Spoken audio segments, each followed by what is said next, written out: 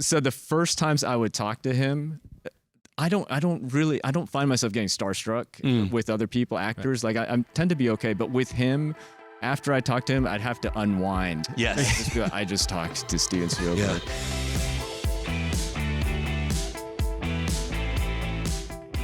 Hello, Blenders, and welcome.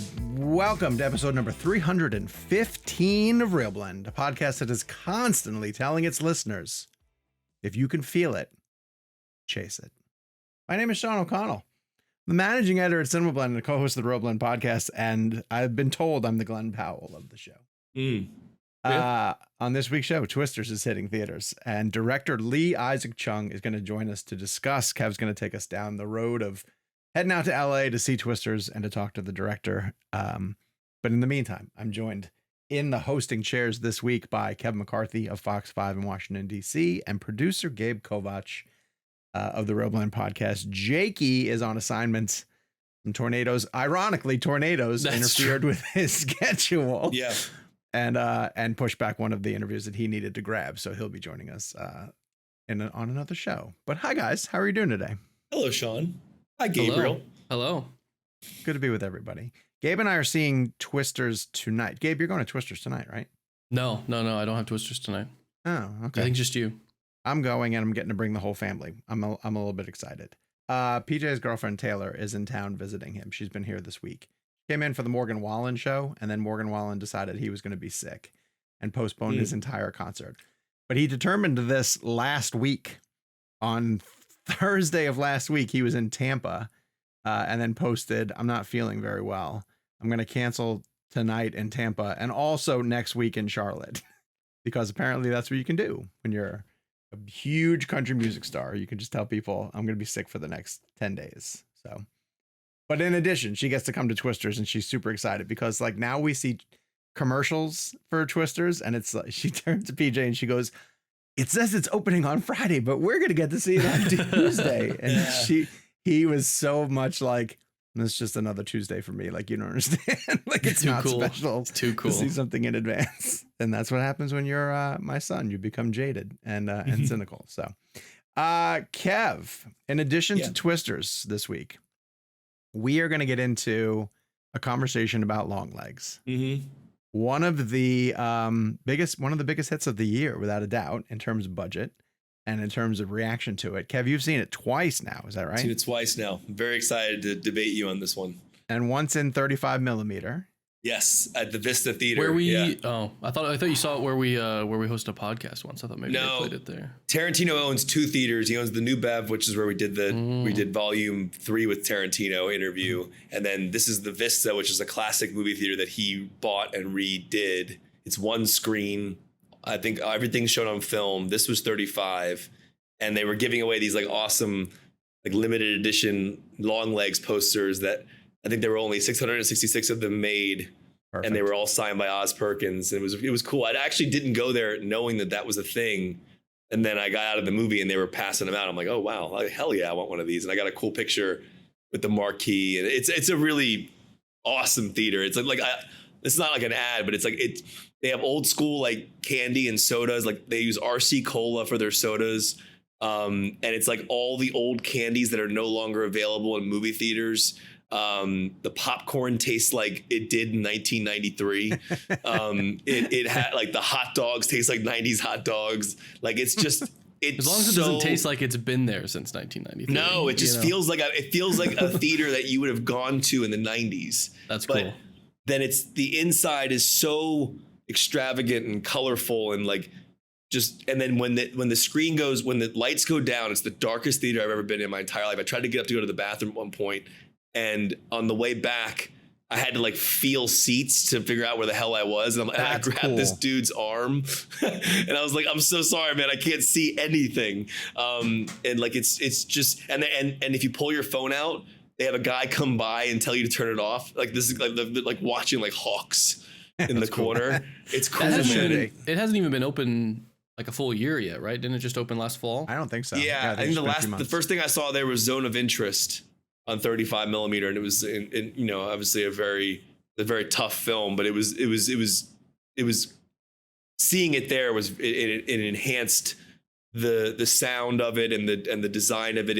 It's a really good screen and a really good projector. So like the film, I feel like, is playing to its fullest potential on that screen and on that sound system.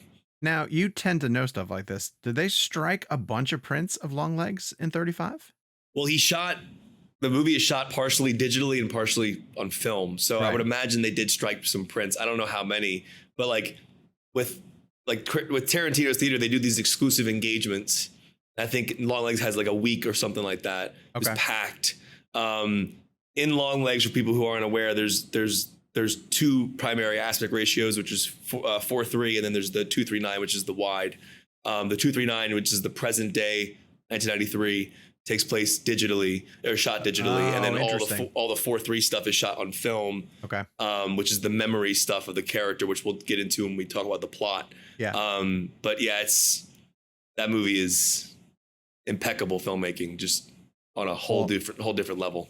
And I want to talk about shooting on 35 when we get to Lee Isaac Chung as well too. But before we get to that, let me just quickly go through plugging the YouTube channel. Thank you very much if you're watching us on YouTube. We're at youtube.com/ReelBlend Podcast. Give a like and a subscribe and share the show with a friend. This week is not a newsletter week, but you could still sign up for ReelBlend Premium if you want to get an ad-free version of the show. Check the description for information on where you can sign up. This week's guest, we have Lee Isaac Chung, who directed Minari and is transitioning over to Twisters. And he has been talking about in a bunch of different interviews, the strange transition of that, coming off of like a quiet human indie drama and then transitioning over to a big visual effects driven popcorn blockbuster. But he has talked about the fact that he just has grown up loving those types of films. And I really loved it. So I didn't get a chance to partake in this interview. Jake and Kevin went out to LA to do Twisters. So I got to listen to it as an audience member, as a fan. And I really appreciated him talking about wanting to get back to the outdoors and nature after working on Star Wars. I didn't realize he shot a bunch of episodes of, I think, Skeleton Crew, it sounds like. Oh, Mandalorian he worked on? I think that's what he said. He mentioned John Watts too, and John Watts has that Skeleton Crew show coming up through Star Wars, so maybe he did both. But like a lot of that stuff is shot in the volume, and they rely on a ton of LED screens. And Kevin, the junket situation that they had set up, that was LED screens around you guys, wasn't it? Yeah, with real sets. It was like I posted a picture behind the scenes. I could send it to Gabe if he wants to put it up on the screen. But excuse me, it was basically like a they had these massive LED screens with like the Twisters logo, but then the movement of the tornado, and then the sets were built with like what seemed like hay and like trucks, and it was very cool. Like it was cool to do an interview on a set like that because it just kind of felt like you were there shooting the movie with them in a way. But yeah, he was a fascinating interview. Obviously talks a lot about his life and the old school filmmaking that's used in a film like this. And yeah, I really enjoyed this conversation. Well, let me throw it to Lee Isaac Chung, and then there's something I want to talk with you about on the other side, which I found really fascinating about that. So without further ado, this is a spoiler-free conversation regarding Twisters with director Lee Isaac Chung. You can listen to it before you guys go to see the film.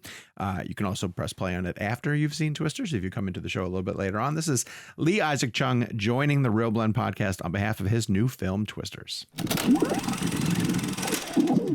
Thanks so much. I think nerdiness requires time. Yes, very much so. Very much so. Also, can we just give a quick shout out to Glass Engine and Universal for these? I mean, these sets are pretty incredible. So shout out to those guys. I was very pleased. I just walked in to see this. This is really great. And I was also shocked that those are monitors behind us, which is like they're moving, which is very, very cool.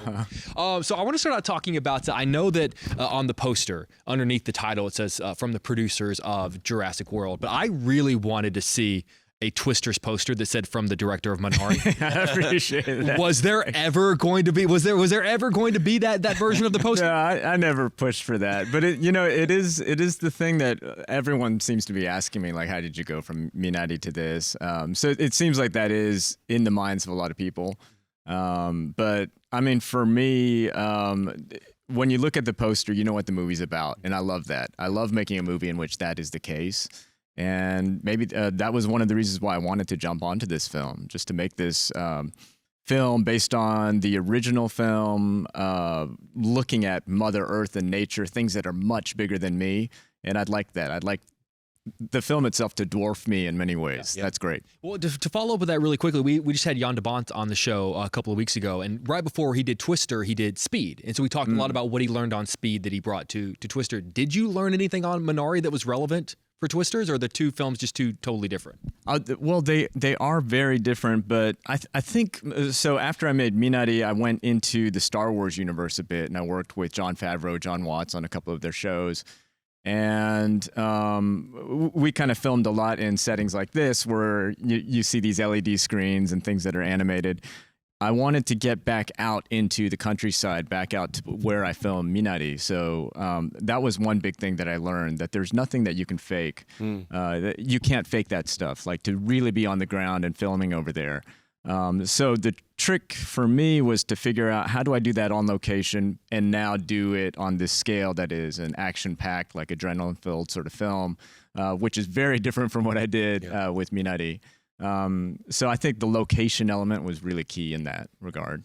You know, I loved last night seeing it on the big IMAX screen because you shoot 35 millimeter and it, like, the grain is beautiful. It just looks cinematic, and there's anamorphic lens flares. It was just like gorgeous to look at. But shooting 35 is a great thing because it really ties it into the way the look of the first film looked, and also just film just has something magical about it. And Kodak did an entire piece on you guys about shooting behind the scenes, and I was like geeking out about it. Can you talk about the choice to shoot 35?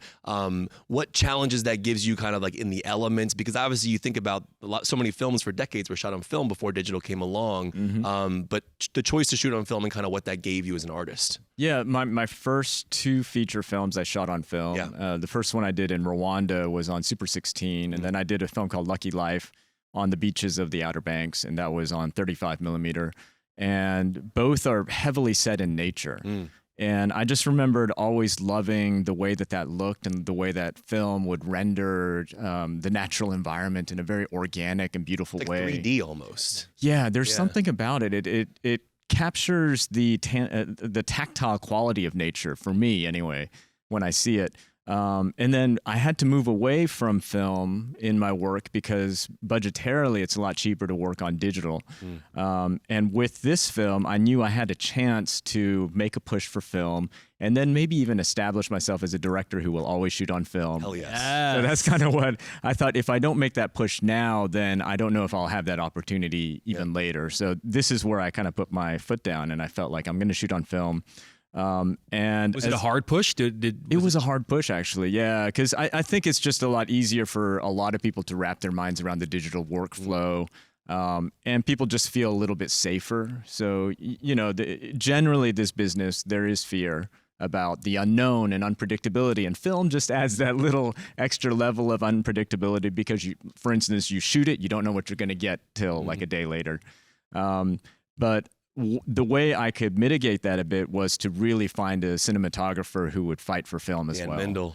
Exactly. One of the greatest. He's one of my favorite because he did Star Trek. With JJ. Yes. He's brilliant. And his work, that is a very VFX heavy film. But when you look at it, there's some reality to it, right? The flares on the oh, it's gorgeous. Yeah, there's something that he's doing with that and tying VFX into that I wanted for this movie. Yeah. When I talked to Dan, the first thing I said was, I'd like to shoot this on film. And he said, well, we have to. Damn right. And that's what kind of, I said, all right, this is my guy. And then that made it easy to shoot on film because he was on board. Right. Love that. As a quick follow-up to that, like I always find it interesting to talk to filmmakers about their narrative decisions surrounding shot choices, lens choices, because obviously every decision has a narrative reason. It should, I mean, in terms of filmmaking. But like when you're talking with Dan, because you shoot 239 on this film. Yes. Can you talk about like how what narrative decisions you put into that decision, aspect ratio, the lens choices, how wide you're going to go and how close you're going to get? Like, what are those decisions and conversations like with Dan? Yeah, first we started talking about what kind of movies that we love and the way that we want to present this world. And in a strange way, Thelma and Louise was like one of the first things that we started to talk about. That's awesome. Yeah, I think he was a focus puller on that film or something like that. But we looked at that movie quite a lot, and then we looked at other films, and then there's also just what Dan has worked with in the past, like the way that he gets his flares and all of those things. Didn't they do flashlights in Star Trek? Didn't like they shine flashlights into the lenses with JJ? Yeah, I think Dan's very famous for saying he likes to interrogate the lens. And, honestly, there are shots that we would set up, and Dan would still be like, something's missing. And then he sets up a light that's just pointed right into the lens. And it would just add that little level of poetry to the image. You had a flare in this one after the pool scene that goes up to the sign. There's a huge flare across the screen. It's like beautiful and blue. I was like, hell yeah. Yeah, absolutely. And all of that is very much Dan loves that texture within a shot. So sometimes you wonder, why are these lights on? Because the tornado just hit. Don't think too hard about that. Yeah. It makes it look good, and it's, Dan is doing his stuff. Yeah. You have a great sequence that takes place in a movie theater in the final act of this, and the movie that you're showing in that time is Frankenstein. The original film obviously has that great drive-through sequence where they're showing The Shining in the theater at the time. I'm just sort of curious how much thought you put into what movie we're going to be showing on the big screen whenever a tornado hits the theater. Yeah, that was a ton of thought that went into that. It was in the script that they would be in a movie theater, and I was just trying to figure out what. But it didn't say what movie would be playing? It didn't say at all. And as I was constructing the film and figuring it out, something that kept coming to me was that this is really a monster movie. Yes. And I love, we were making a universal monster movie as well. So for me, universal monster movie, my first thought is Frankenstein. Of course. So that's kind of where, that was the kernel of the idea that led to that. Honestly, that's what I got out of it whenever I saw it, and whenever I saw that you chose Frankenstein. I just thought, he's making a universal monster movie. That's so exact. cool. Did you see we just drove by, for people who are watching on this on YouTube, we're on a soundstage right now. I guess they recently unveiled the Universal soundstage murals on the side, and it's like Dracula, Frankenstein, I think A Creature from the Black Lagoon. They look fantastic. Yeah. Definitely a legacy of those films. With this studio. And what was great was once we chose Frankenstein, I was able to really put that into the narrative of the movie as well. That's awesome. The depth of field that you had through that screen, I won't say what happens in that scene, but there's some really cool depth of field usage in that moment towards the end. It's really amazing for people who go see it. So and you can put your finger through the screen, it felt like. So obviously practical effects are something that I'm very fascinated to talk about, because obviously there's a lot going on here you have to use CG for certain things, of course, but the idea of putting the actors through actual wind and water and things like that, can you just explain to the audience what that entailed, how practical those elements were, that when we're watching actors reacting to physical wind, physical water, driving into a storm, what was the car being jolted around during those scenes? How did you film those? Yeah. So the principle behind all of that, kind of where the kernel of all of this started for me, was I was working on Mandalorian after doing Minari, and I hadn't done a lot of VFX heavy stuff. And I remember, so my cinematographer on that was Dean Cundy, who did Jurassic Park. Yeah. And he was very proud of the moment when the raptors are in the kitchen and it knocks off a few things off of the counter. And he was saying that was my idea, is what he told me. But what we talked about a lot on that set was VFX, you really make it work by the practical effects around those VFX. Yeah.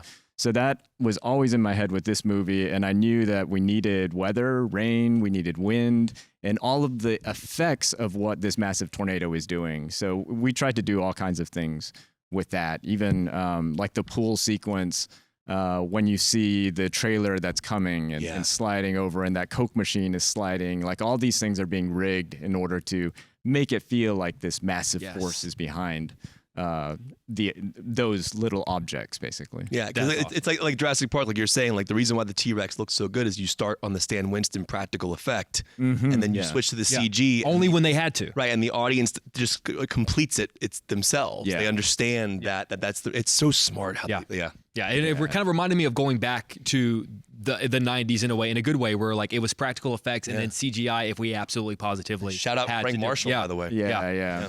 You know, a lot of times I feel like with these legacy sequels, you know, one of the hooks is a character is someone's kid, or you know, they're related to them in some way. And unless I completely missed a detail in the movie last night, there are no characters here who, you know, like no one is Helen Hunt's daughter, no one is Bill Paxton's son. I'm just sort of curious if there was ever any pressure at any point or any conversation about tying it more into the original than because I mean we were talking about, I feel like the biggest connection is Dorothy.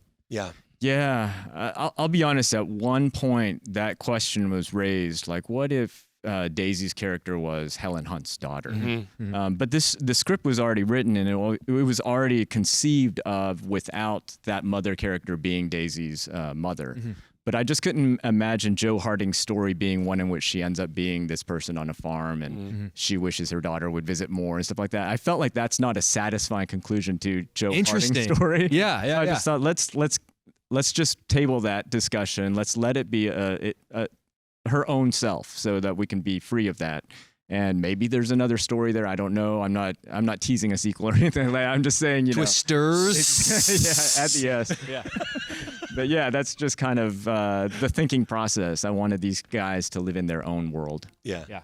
So when I was 12 years old, I saw the first Twister. I still have my ticket for that movie. Oh my gosh! And look at the price. This is nuts. Isn't that crazy? Do you hold on to all of He my has tickets? all of them. Yeah, from 95 until about 2005. I have This all is of my so tickets. cool. And the ink on that is still great because now they use lasers and it just fades when you. I have a ticket the other day when I went and saw Maxine. And it's like completely faded already. Oh gosh, this blows my mind. This is incredible. The reason I show this to you is because that was a pivotal movie for me. I was 12, and it you know, the cows and everything was just so incredible. And now you're directing a sequel of a film that was meant a lot to my childhood. What was the film for you growing up that you remember being a pivotal theatrical experience that was kind of just like it just kind of rocked your world as a filmmaker? There were so many of those for me. I wish I had done that. Hang on to those tickets. As his co-host, I also wish I had done that because whenever he does, I'm like, son of a bitch. That's a good idea. It's cool to show them. I showed them to the actors nowadays, like from their films, and the reactions are just always so cool to see. It's like I never thought into my mind that I would be sitting across from the person and saying, "Here's my ticket to your movie from 30 years ago." Absolutely. That's really, honestly, it's so beautiful. I'd say a lot of the films that I loved growing up were actually Spielberg movies. So that was a. And you got Amblin on your logo on this one, man. That was cool. That's a cool feeling. That was always there's something about Amblin that I always knew when that came up. Oh, I'm gonna like this movie. Just when I was a kid, and E.T. was the first thing I saw in a theater. Really? Yeah. Do you remember the experience? So I even related this to Steven when I finally got to hang out with him. I stood up. I remember watching it and I was standing up, and my mom's like, sit down. But I'm like, just like up against the seat in front of me. And cause it was my first time watching a film and to see that story. So I just remember that. And I remember scenes for sure. E.T. going home. That stays in my mind quite a lot too. The way he shot that moon is an actual moon photography. It was a 1,000mm lens, and then they put an animatronic shot in front of it. It's so cool. Yeah. But even back then, they were playing with that kind of stuff. Yeah, it's really incredible. So cool. One of my favorite pieces of movie trivia is that the original Twister was the very first movie to ever be on DVD. It's the very first DVD release. Yeah. Do you remember the first DVD you ever bought? Oh man, that's a great question. I don't remember the first DVD. I remember. So I really started with VHS. Oh, sure. I mean, so did we. Yeah. You know? And I remember my dad would get a bunch of 2-box sets. So those I distinctly remember the movies that he was getting that we would watch over and over again, like Ben-Hur, Giant. Like the 2 tapes. Yeah. Yes, exactly. When you get the 2 tape, you know it's he was a 2-taper. I remember whenever I watched Titanic, I could tell you in Titanic, oh, that's where tape 1 ended. I have a weird relationship with the 2 tapers where I can like tell you where tape 1 ended and tape 2 began. Meet Joe Black. I remember was the 2-taper. All the Godfathers. Yeah. The Godfathers for sure. Yeah.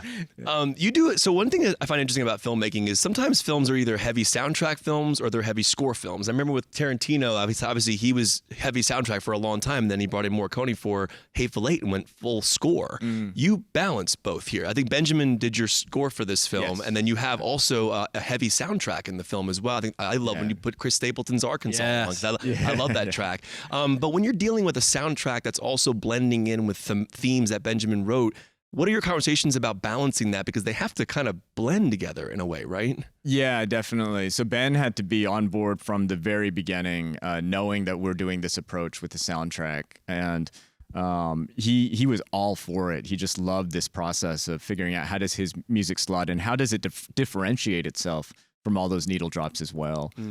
So it was just constant dialogue, and it also influenced like the instrumentation that he was using in specific moments as well. How character driven are your soundtrack choices? Because obviously the Arkansas track is clearly for Glen's character. So like how narratively does that fit into the way you decide to play these songs, and because they are speaking kind of to the themes of the movie in a bit, but you don't want it to be like too obvious, right? Yeah. After Minetti, I was really fantasizing trying to make a film like McCabe and Miss Miller. Like a film that's just full of musical moments and stuff like that. So that's kind of been in my mind that I'd love to do a lot more of that. So with the screenwriting process, as I was working with Mark L. Smith, obviously the original Twister has a lot of needle drops that defines their character. So we were writing in different songs. Arkansas definitely went in there. I said, please, can you write Arkansas? Yes. Yeah. That's awesome. I was at a Super Bowl party earlier this year, and I remember, during the game, during a commercial, a lot of times people get up and walk around and stuff. And then the moment that the Twisters spot started to air, everyone paused and turned around. And I remember, because we follow movies, we know that this movie's coming, but a lot of people at my party did not know that there was a new Twisters movie. And all of a sudden, the moment that I think they showed Dorothy, someone goes, holy shit, is this a Twister sequel? And everyone went nuts. Really? And I'm sort of curious if you were watching the Super Bowl earlier this year and if you saw that TV spot live. Of course. We all knew. We circled that date. We got together, had a party at my place, and we were waiting for that ad to come up. What is that like? Like when it's your Super Bowl party and they're doing a spot for your movie? It's nuts. Yeah. I didn't know how to, even think about it, like what this means. It was incredible to do that and to just feel so excited and good. And my phone just blew up, and there were people who had no idea I was still working. Like they're like, "Oh, they were really excited because people just went in and researched what is this movie, and then they found that I'm directing it, and they texted me. So it was from the director of Minari. I'm telling you, it should have been on the poster, man.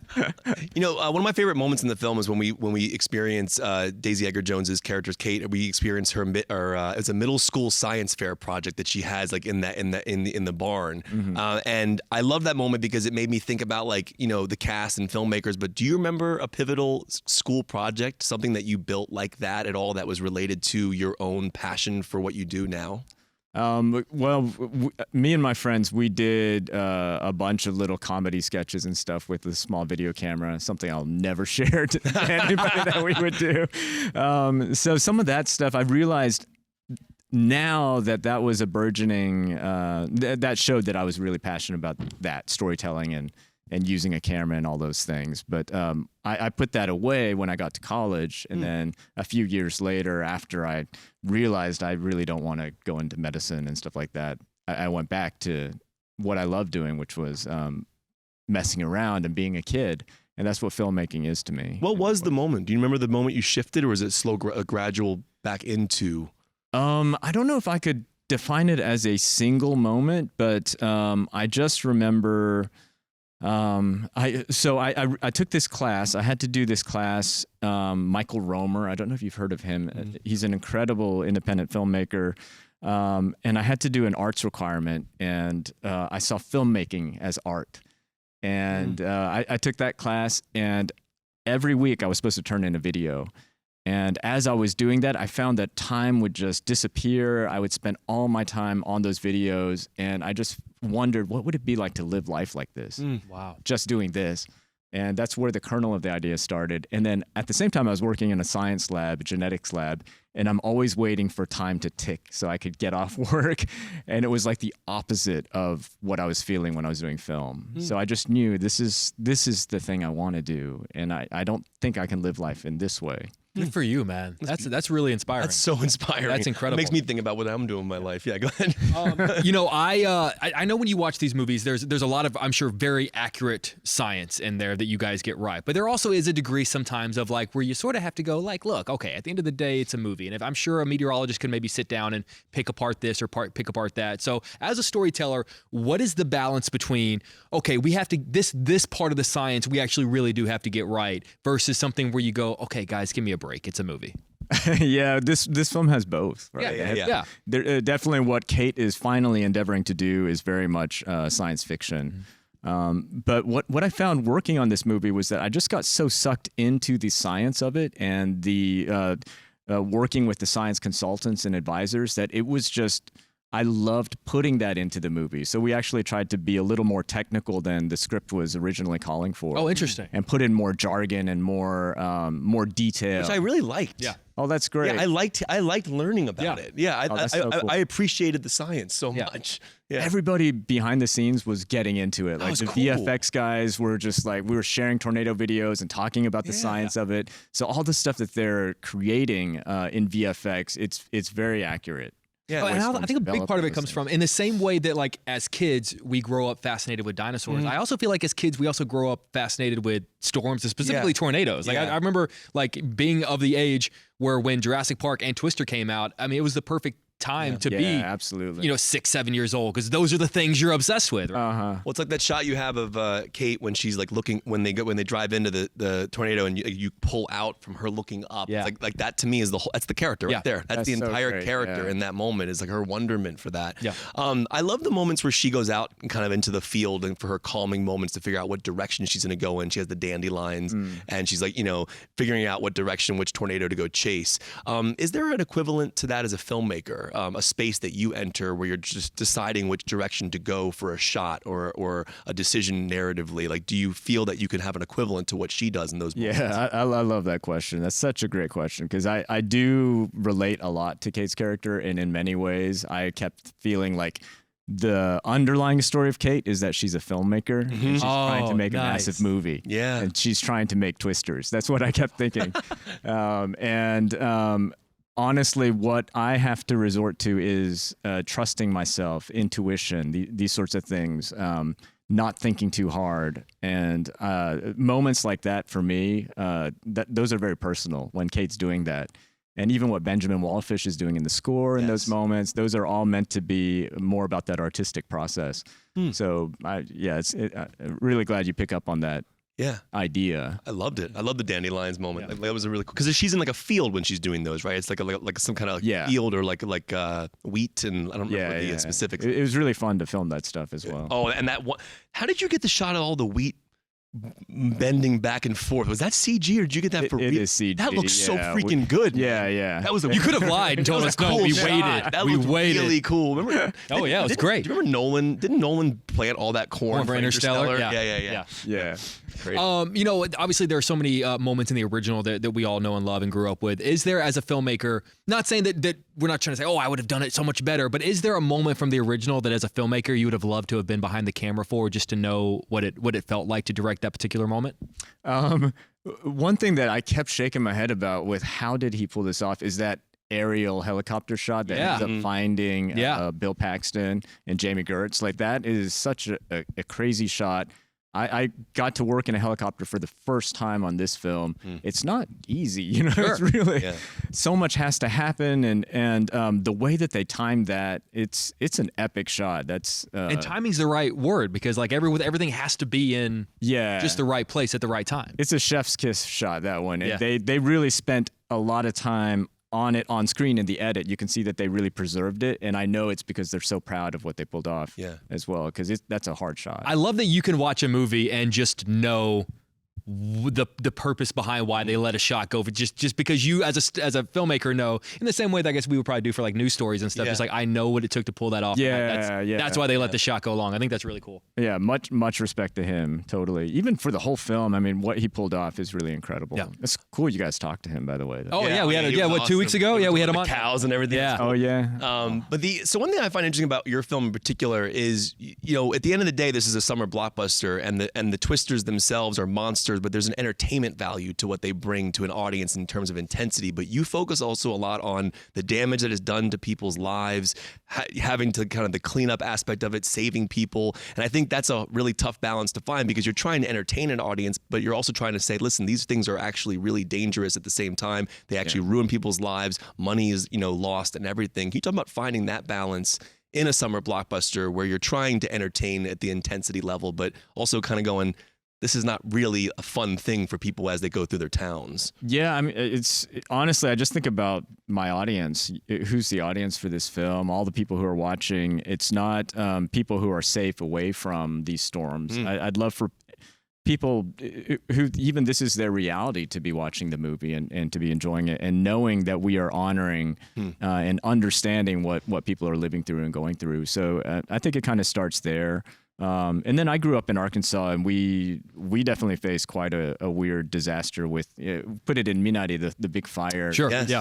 I remember like what that was and how that felt. So I just wanted to make sure that we keep a sober side to what we're doing, not just let it be entertaining. You're not exploiting it. You're Exactly. you're using it in an entertaining way, but also an educational way. Yeah, and not to wallow in it either. Yes. Like not to let it just sit. Because the truth is, I met so many people in Oklahoma who have lived through tornadoes, have lost things within tornadoes.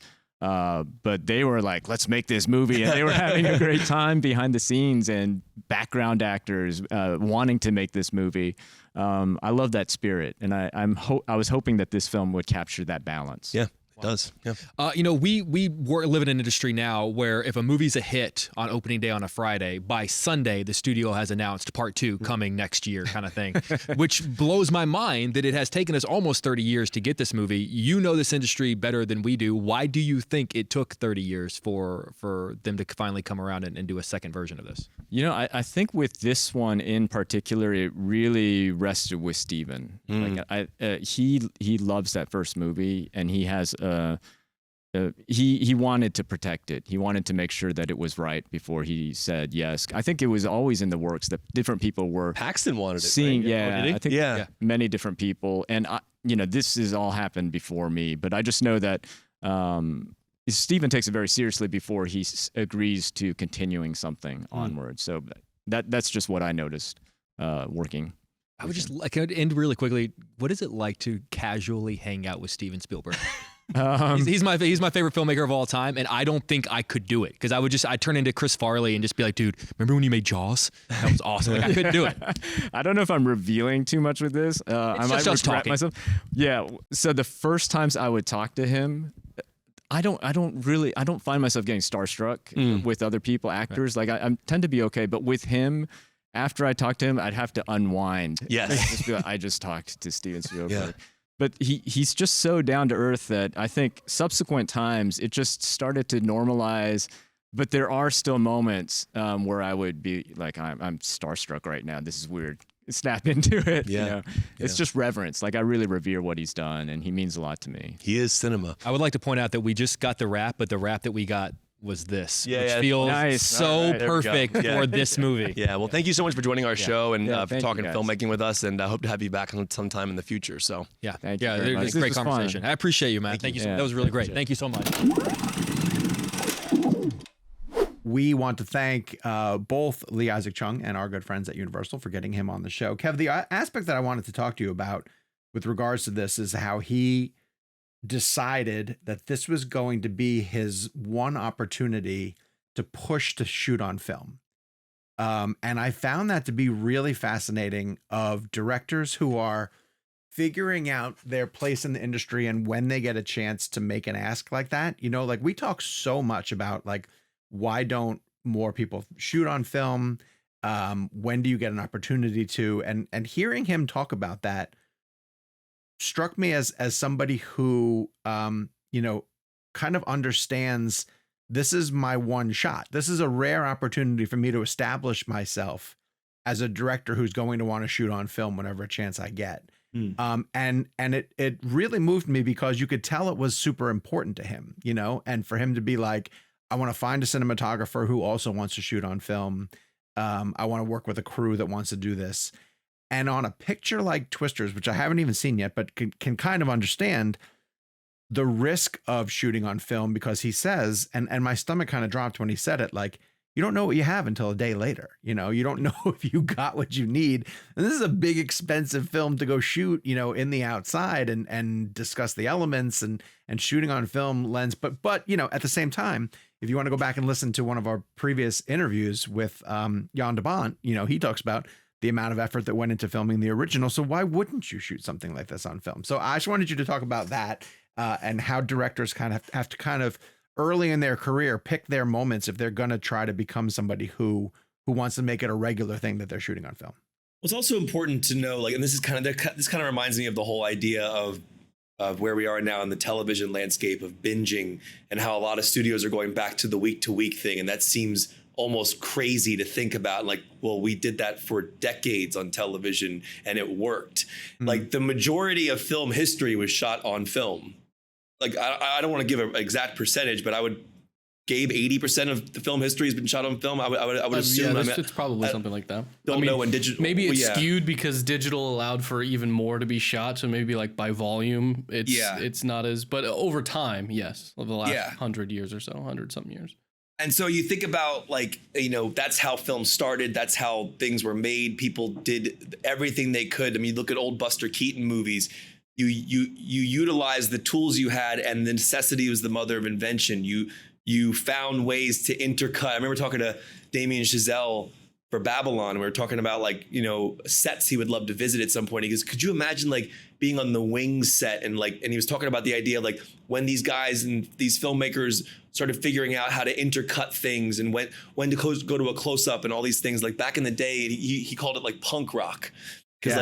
And so I think in terms of shooting on film, I think one of the things that I hear a lot that I don't know that I agree with or know enough knowledge to disagree with it is that it's more expensive to shoot on film. I hear that sometimes, and then I hear filmmakers say that it's actually not that much more expensive to shoot on film versus digital. I think it depends. I think it's definitely more expensive. But is it that much more expensive? I don't know. The ones that talk about it being expensive talk about it being that much more expensive. Yeah. It's also, you know, there's a scale of, like, if you're low budget, then you're low budget. If you have $150 million, then, you know, the difference maybe is effectively small. Sure. But you have to think about also, to Sean's point earlier when he's talking about, you know, you don't know what you got till the next day. There's the exponential cost of fixing problems, which is what you're doing on set all the time. And that can become very expensive, let alone just the material cost and the processing cost. Let me also throw in a little anecdote that I got from earlier this week, which is I participated in a press conference for the movie The Young Woman in the Sea with Daisy Ridley.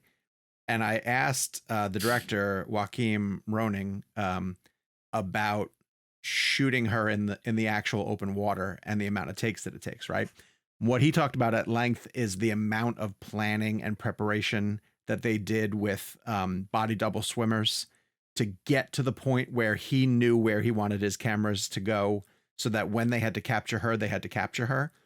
And I think on a bigger budget film that's going to shoot with film that knows they have X amount of film to work with, they have to build all that planning into their schedule type thing, as opposed to maybe an indie director with shooting on digital who can just roll with it and go. Like, if you think about the amount of stuff that has to go into the planning to make sure you get the film you get, because even he talked about shooting her in the ocean. They would have these elements with these boats that are like planning her trajectory, and then she'd get in the water and the current would take her way off to where they thought. So I would argue that film, again, everyone knows who listens to the show, I prefer film over digital. I also don't hate digital. I understand digital. There are a lot of filmmakers who shoot digitally very well. David Fincher is one of them. You know, I have no problems. I'm not sitting on a high horse, but I do believe that, to the point you're making, more planning would go into the filmmaking, like, in the sense that, like, I would argue that if you're shooting on film, that you have to be maybe more meticulous about the decisions you're making and the specific choices that you're making. But that's more of a philosophical conversation versus, like, the cost of it, I think. I get that. But also, but if the majority of film history was shot on film, a lot of water films of in the ocean have been shot on film. Like, we've seen a lot of movies that take place on the water in film over the years. Dunkirk was shot on film. I mean, like there's just a lot of different aspects to I think what Spielberg could do it. Anyone could. But you use the limitations that you have to your advantage. Sure. I mean, it's the entire reason why Jaws is so brilliant, because the shark broke down, and they couldn't show the shark. So why don't we use that to our advantage and make it scarier? I think that's just I mean, we've had that discussion before. It's a fair discussion. I think it's a different discussion. Yes, I think there are benefits philosophically to shooting on film. There are benefits philosophically to shooting on digital. Yeah. As much as you could say that there's you want to put emphasis on planning, on being meticulous and detailed, there's also emotionally in a film, you can feel when it's shot guerrilla style. You can feel when they found it in the moment. You can feel when they made that micro adjustment and they got it and they were able to make the adjustments in post that they couldn't make, or they were able to more quickly capture that. Like, it depends on your story. It depends on the filmmaker. It depends on their style. But again, I think what we were originally talking about was the elements that can go into cost that maybe none of us are super qualified to discuss, because they're not always transparent about that. But yeah, and I want to clarify that, because like I hear both sides. I hear that a lot, and I'm not saying one side's wrong or the other, but I have heard filmmakers say that shooting on film is not that much more expensive than shooting digitally. But I don't want to I don't know for sure. I've never made a movie on film or digital at the level that we're talking about, so I don't have that knowledge. But what last thing I'll say about it is this, like there is, and I feel like people try to say that it's a romanticizing nature of it, but there is something about film that just looks like cinema. I'm watching this Twisters film on an IMAX screen. It's the same screen that Nolan uses in AMC City Walk, where it's an 8-story IMAX screen. And when you blow an image up like that on an IMAX screen, the 35 just sings. Like, it's like it looks like you're watching a film. It looks like you're watching a movie that was shot in the 90s. It just feels like you've been transported to the world of film. My problem with digital, and not a lot of people do digital well, in my opinion. There are ones who do it well. Obviously, Deakins does it well. Skyfall is one of the best digitally shot films I've ever seen in my life. It looks remarkable. Same with Sicario. Did Garland shoot digital for Civil War? Yeah. I mean, that was fantastic. Right, I know. And people do it well. But there are times where digital looks like TV and it looks like real life. Sure. And I have a hard time I have a hard time staying immersed when I'm watching something that's so high def. Because to me, the world of cinema is not the world I live in. It's transporting me to a different world. And I also understand that the aesthetic of using digital, like Garland shoots digitally on Civil War because he wants it to look like news footage. Sure. Civil War is meant to look more like real life than a movie. Like Gabe said, philosophically, that was his decision. Right. That's his approach. There's decisions, and that's why with Longlegs, they use 35 in digital. Ready Player One was a great example of that. Let's shoot 35 in the real world. Let's shoot digital in the Oasis. And then that juxtaposition between back and forth of the perfection of the Oasis versus the imperfections of life on 35 is kind of the brilliance of it. You know? Again, I think ultimately, I don't think there's any way anyone can be sort of empirical or can be sort of definitive in saying this is the way. Right. All we're describing is that there are tools. Yes. And it depends on the artist how they use their tools. Yeah. And you can also add grain now. I mean, listen to our James Gray interview for Armageddon Time. But also, there's not to keep having this discussion. That's also a product of, you talk about film history. Think about your introduction to movies, what movies looked like to you versus someone who's maybe having that experience now. Yeah. Who's seeing cinema on their phone, who's seeing cinema, on their TV. Like, it's not to invalidate their emotional response to that, but that's where they're building their sort of chest of emotional experiences that are going to bring them the nostalgia and bring them that's what that is in my mind. And that's a generation that we need to sort of pick up the baton and carry it. But luckily, a lot of filmmakers in modern time, Nolan, Tarantino, Scorsese, they still shoot on film. J.J. Abrams, so this generation is still Lee getting Isaac that. Chung.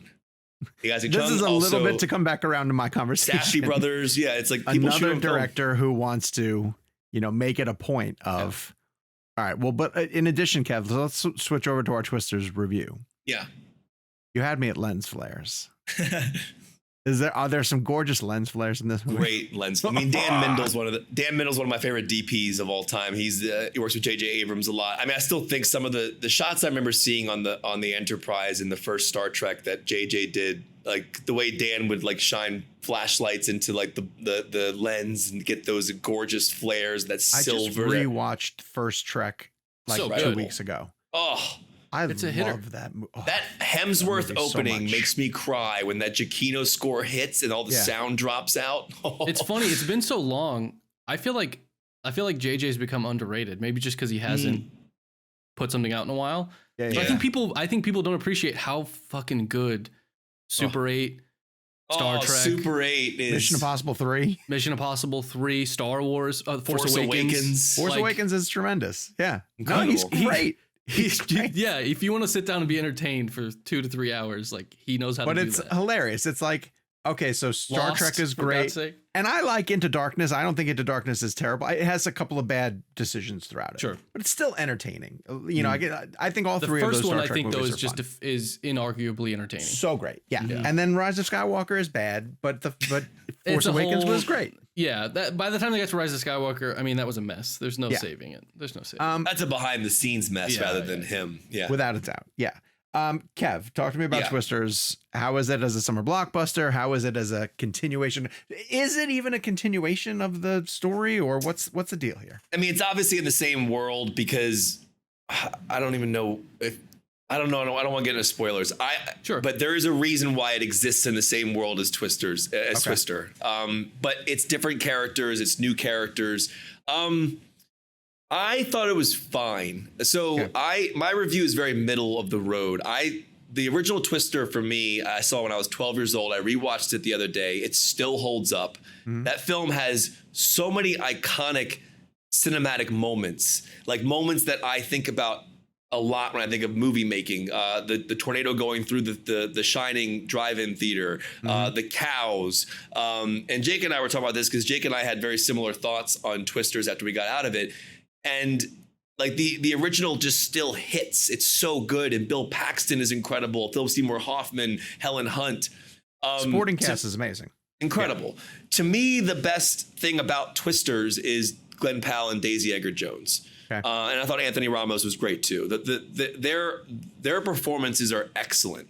The world that they're in, the script that they're dealing with, and the storyline they're dealing with, I don't find is up to par with the performances that they were giving. Is it cheesy? I just rewatched the trailer and it came across a little hokey. That's why I led with that line of you know how there's like sometimes like a movie like from like Twister, for example, it hit a good tone where it was serious, but it was also fun. And it wasn't, I don't know, it's hard to explain. This one almost doesn't know how to balance its tone. It feels like it's like when it's trying to be over the top, it actually doesn't land the over the top. It actually comes across like it's not well written in a way. Yeah. I think, and Jake and I were saying this, there's not really any memorable moments that I could sit here and recall to you about like a big moment where a tornado did something crazy like it did with the cows or it did with the drive-in theater. Okay. It feels a little too long.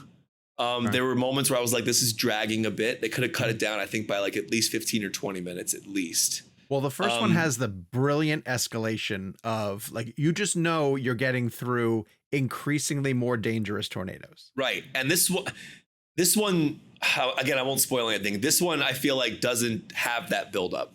Interesting. Okay. This one does a lot. The one thing I will say this one does a really good job is it actually highlights the real danger of what these things do to small towns and to people as they rush through.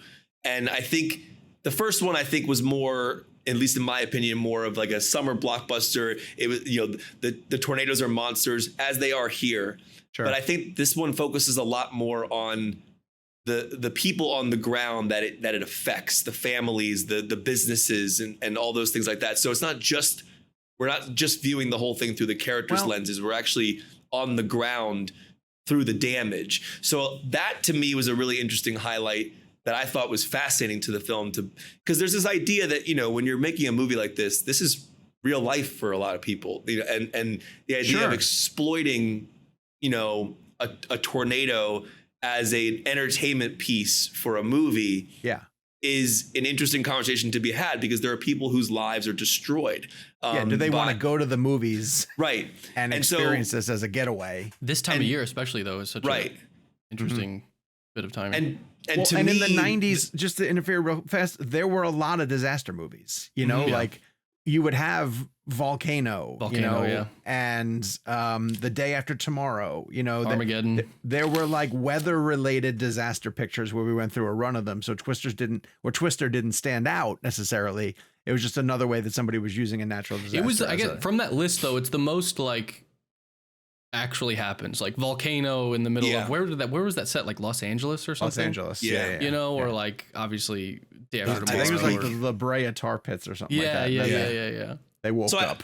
so I want to give Lee Isaac Chung credit for that, because I think that's something that I found to be really humanizing to the story, because in my opinion, like that is something that I did think about when I walked into that film, because I'd been seeing stories about tornadoes that have been happening recently. And I'm like, how are people going to feel about like this being an entertainment piece? But then, so the movie does a really good job, in my opinion, and it gave me a lot of insight into really that, you know, we think we hear stories about a tornado hitting, and we see the footage of it on our computers and, you know, on our phones and everything like that. But then to be on the ground with these characters as they're helping people get away from it or helping people clean up their towns, that stuff I thought was really interesting. So I didn't love the film overall. I thought that the story wasn't as compelling as the original.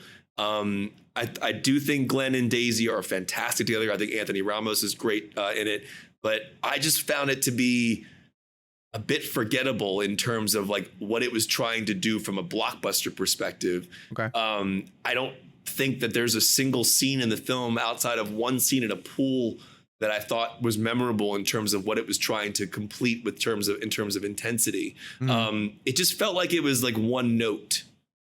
Okay. I never felt like I was building towards a climax in a way. Okay. It's fine. It's not bad. It's not great. I think I'm in the minority a little bit. I think a lot of people are loving it. People seem to be having fun with it. Yeah. Make up your own mind for it. What did Jake say coming out of the screening? He liked it? Jake and I were in the same boat. And I don't want to put words in his mouth, but we were in the same boat of thought. But I also think disappointed, yeah. Yeah. And I think that we rewatching the original prior to this, it just works. It's different. The characters are better. The story is better. Like, you know, the whole emotional arc of Helen Hunt and that whole, you know, and like Jake brought this up. He goes, one of the best things about the original Twister is like the whole movie is basically Bill Paxton trying to get Helen Hunt to sign the divorce papers. Right. Yeah. And that's like a whole through line in terms of him, but he gets sucked back into the world of tornadoes. This one, as Jake was saying, doesn't really have anything like that. Doesn't have that hook. Yeah. That's a good emotional hook for the story to run through. So this is interesting too, because the minute I found out we were going to be able to get PJ and Taylor into the screening tonight, Michelle was like, good, let's watch the original beforehand. And I was like, no, because they haven't seen the original and I kind of want this to be their first experience with it. I think it's going to help them like it more. You know, like if they don't have the original compared to, and they just go into this one, maybe they're going to find it a little bit more exciting because they don't know what's coming. But I don't know. I'll be curious to see what their reaction is, having not seen the first one at all. But all right, we're going to throw it to a really quick ad break. In the meantime, check the description on wherever you guys get your podcast needs, Matt, because earlier, as I mentioned, we had Jan de Bont on discussing the original Twister, which is coming out in a 4K version that is on shelves right now that you guys can grab.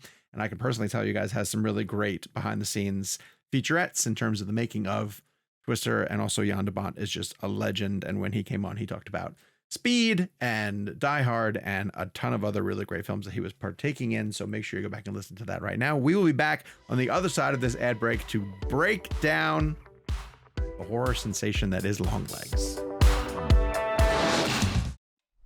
And we are back. Okay, so the second place movie at the box office this previous weekend, behind only Despicable Me 4, which was an obvious behemoth that families were going to go out of their way to go see, was the marketing hit and crowd pleaser, Longlegs, critically acclaimed, crowd pleaser. Longlegs, tremendous to see a horror film from Neon pushing it. It crossed $20 million, I want to say. 22, I think. 22. I mean, just an outstanding win for them in terms of like, because the marketing had to go out of its way to kind of hide the hook of the movie, which is Nicolas Cage's look as the main character, Longlegs.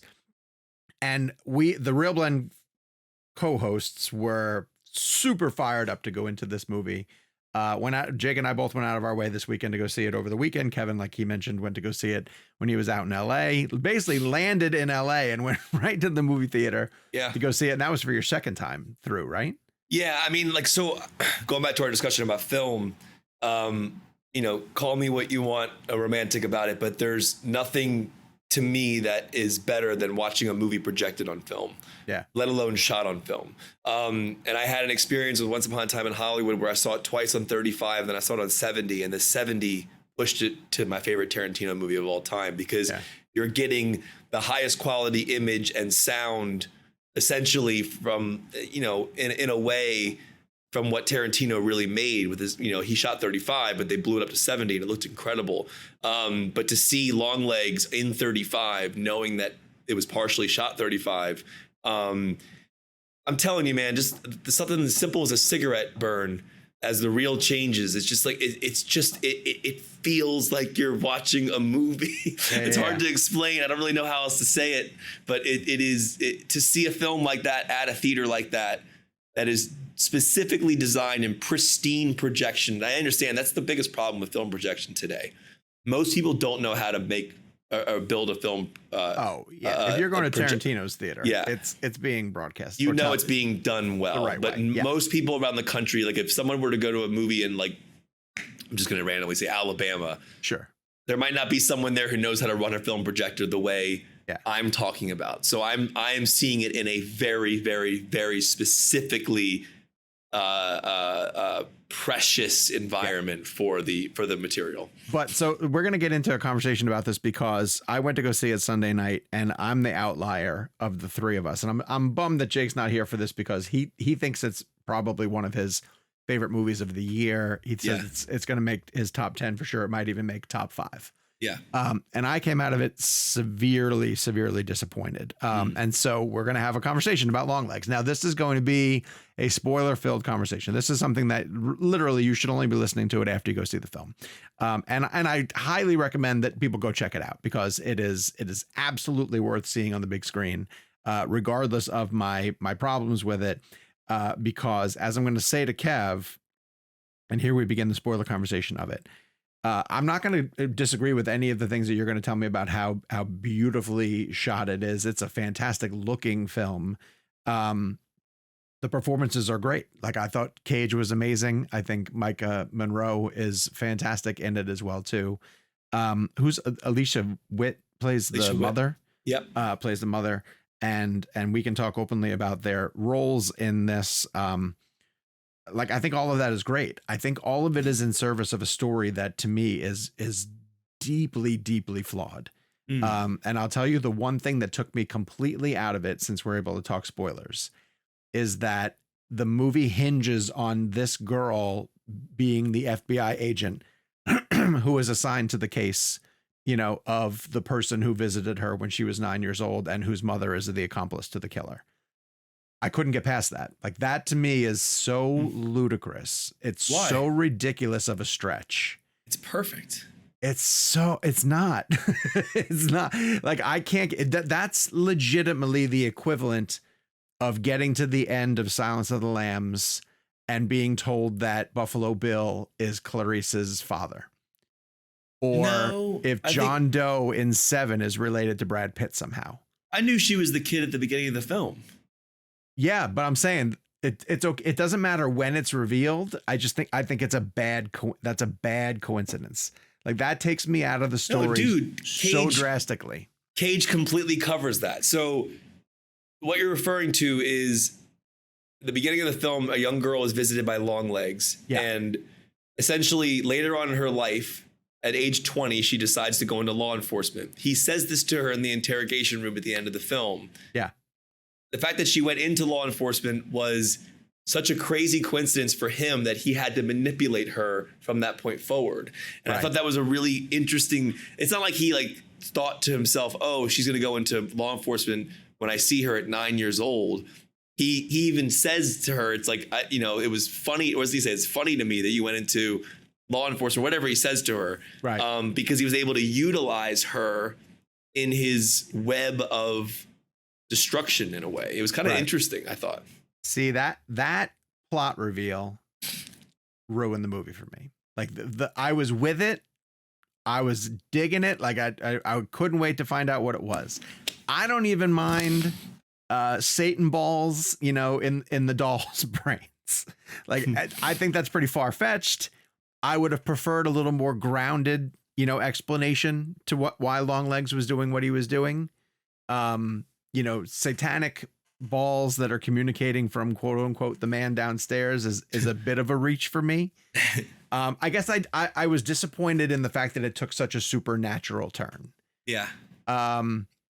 So, but to me that's the bridge too far. The bridge too far was the fact that she's assigned to the same case, and that it was her mother who was helping with the thing. So you've seen it twice, and that never bothered you? No, I thought that was I think the entire concept of the film, that doesn't bother me one bit. I actually think it's a fascinating way to play with, like, the manipulation of the character of him being the serial killer and her being an FBI agent, to me, is what makes the film fascinating. Okay. Like, she's slowly unveiling his plan, and the entire thing is orchestrated by him. Like, everything that happens is designed to happen the way it does. And like, I just think it's interesting to think about every single moment of her life post that day when he visited her has been manipulated by him in some way. So does that become more evident on second viewing? Because I didn't get all that the first time through. Oh yeah. Remember, like, at the end of the film, you realize that Longlegs has been living in the basement of her house the whole time. Sure. Yeah. And so, like, every little detail comes around full circle. Like, the moment she has that on the phone with her mom at the beginning, when she asks her mom why it takes her so long to get upstairs to the call, that all comes back full circle. We realize later on that the mom's been downstairs working on the dolls with Nicolas Cage's character. And like it's just it's so impeccably designed, and disturbing, and just, I don't know, there's something evil about that movie. It just has, it feels like it was made with pure evil. Like, let me ask you a question then. That's how it feels. Does the movie have a better explanation for what the balls are, and like where they kind of come from? Because that went over my head completely too. Yeah, I mean, the whole concept is that Satan is in. If you watch the film again, there's a lot of moments where Satan appears in the movie. I don't know if you saw Satan in the film. Well, like a shrouded figure with like the yellow eyes that kind of pop up, and that's the dolls. Oh, is that the dolls? There's also moments where, like, she looks out into the woods and she sees Longlegs in the woods, and then above him is a dark figure of Satan above his head. Caught that. And so I think the explanation is that he actually is working with the devil. That's why he says, "Hail Satan." I think he literally is working with the devil. So what's happening is he's inputting part of himself into every one of these silver balls, and whatever magic is conquered or conquered's the wrong word, conjured from that is put into these dolls, and the dolls are then taking over and making people kill each other. And so when the medical technician holds the wand up to the ball, and it produces that feedback soundish thing. Yes. And he says something along the lines of like, I swore I heard my ex-wife's voice coming through this. Is that because like his ex-wife is Satan, or like manipulated by Satan? I think that the ball is using the fears and insecurities or whatever of that guy's life to manipulate him in some way. I think it's just like, I found it to be that that Nicolas Cage's character was working directly with the man from downstairs, or the man was the terminology he used. The man. Did you just say the man downstairs? The man downstairs. Yeah, I think he was directly working with the devil, and the devil was involved in the making of the dolls, and those dolls were then put into a place where they could manipulate the people in their homes to kill each other, essentially. Okay. Now that also is a leap of logic that I had a really hard time figuring out, which is him finding enough victims whose birthdays were on or around the 14th. Yeah. At age 9. These are stretches where if the movie's working for you, you can go with them. You generally don't mind the details like that. I'm sure if I go back and rewatch Silence of the Lambs, there'll be things where I'm like, wait a second, hold on. How did Buffalo Bill really do this? But in the moment, I was like, I don't know. That's a leap. This is a big leap for me to take. So I know we're in spoilers, but I actually want to just say a couple of things. I love this film. I think it's a masterpiece. I think Micah Monroe and Nicolas Cage are brilliant. I think the performances are incredible. Cage is unrecognizable. The makeup is insane. The interrogation scene that happens between him and Micah is one of my favorite scenes I've seen in a film in a long time. I think the film builds tension well. I think it actually leaves an imprint on you. You leave thinking about it. At the end of the day, the questions that you're asking are things that I don't necessarily find that I need full answers to. Okay. I'm giving my explanation as to what I think they mean, but my experience of the film is more I'm more with the film and just taking in the story the way that Oz Perkins is telling it. And I'm not questioning every detail. I don't need to know the subtlety and the nuance to the technicalities of why the ball works or why the black smoke works, or I'm not really bothered by that. I'm not bothered to know the scientific nature of why these things are happening, or why there's a random connection between to me, it all just feels like the whole movie feels like it's designed by Longlegs. And like the camera is like, I saw a tweet that it was like the camera's pretty static the whole time. It's almost like a point of view perspective as you're watching everything happen. And he shoots it super wide. There's so much tension in every frame. The use of the 4:3 for memory and shooting on film, and then the expansion of that ratio as it goes out to the 2:3:9 as we enter into 1993 at the end. Let me bring up one quick thing. Yeah, because the movie opens in the 4:3. There was a moment where I was like, this whole movie better not be in 4:3. I love 4:3 because it opens up at the opening credits essentially, but you go through that whole first sequence in 4:3, and I was like, yeah, but the box format was so great; it looked almost like 3D. This is a very disturbing film and a very dark film that I feel has still stuck with me ever since I've seen it. I think Kiernan Shipka's performance is incredible. She plays the character in the when she goes to visit her in the institution. Oh, is that who that is? Okay, cool. Yeah. And I think it's just a really, really well done film. And I love it. And if people aren't familiar, Oz Perkins is the son of Anthony Perkins, so Norman Bates from Psycho. So there's a lot of horror built into his DNA. And he has really kind of, to me, made a film that was unique, different. I didn't know what was going to happen. I thought it was fascinating. The second viewing is even better because when you know that the mom is an accomplice, then you watch every scene differently. I think the way he films Micah is incredible. I love the little smiles that Micah has every once in a while in the film that are very character-driven moments for her because she's very serious the entire time. I just think I found her performance to be remarkable. So is she being manipulated by the ball that's in her doll the entire time? I don't know. Good question. Whose doll? Micah's doll? Micah's doll. Where's Micah's doll? The mother has it because the mother shoots it open. Right. No, that doll wouldn't that doll have to be in the presence of the person though? Yeah, I think so. Yeah. Probably.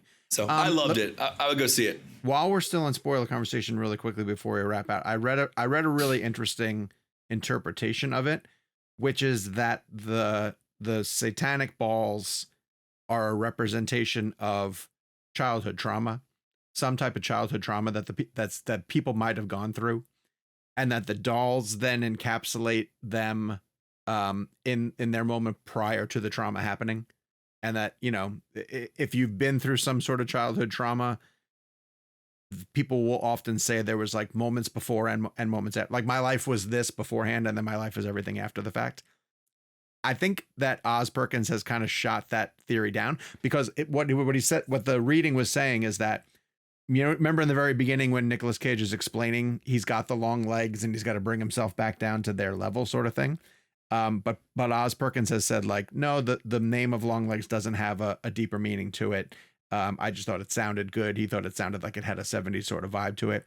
But reading that interpretation of it, if this is like a deeper commentary on childhood trauma, I thought that was really fascinating. I thought that was a pretty interesting read on it, especially with the dolls, you know, how they would almost capture the moment when a person had gone through a childhood trauma.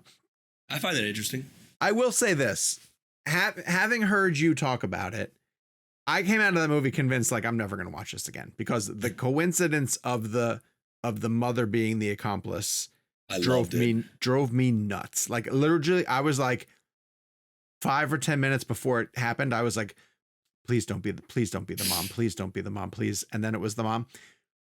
But given what you've explained in this conversation, I am willing to give it another shot and go back and see if she's being manipulated the whole time, if that takes me beyond the coincidence of those two. But it's really interesting.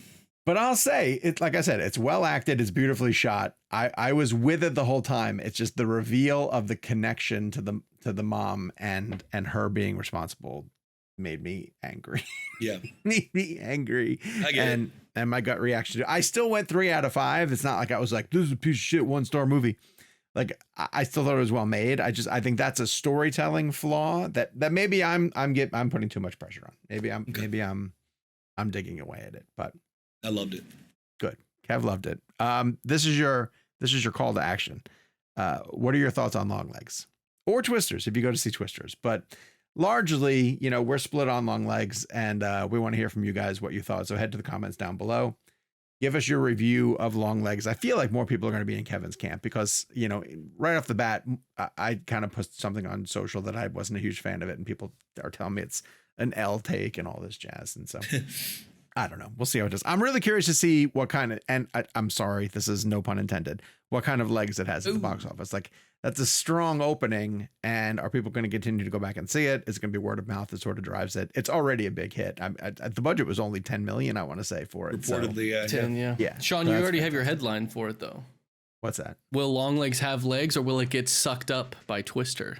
Oh shit, Gabe. Write that down. Yeah. That was fantastic. Thank you. All right. We'll be back next week with a brand new episode. In the meantime, follow us on social media at Sean_O'Connell, at Kevin McCarthy TV, at Jake's Takes, at Gabe Kovach, and the show itself is at ReelBlend. Gabe, do we have anything we could tease or no? No, everything's kind of right? Yeah, we're waiting for it to be hashtag if it happened. Couple of interesting things in the works. But yeah. We'll see. Oh, and then I'll be at San Diego Comic-Con with Gabe. As will I. So yes. So if you're there, look for us. You probably won't find us.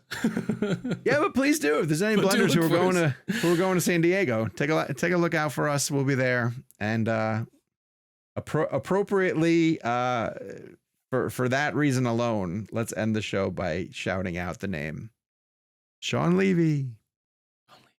Sean Levy. Come on our show. Come back.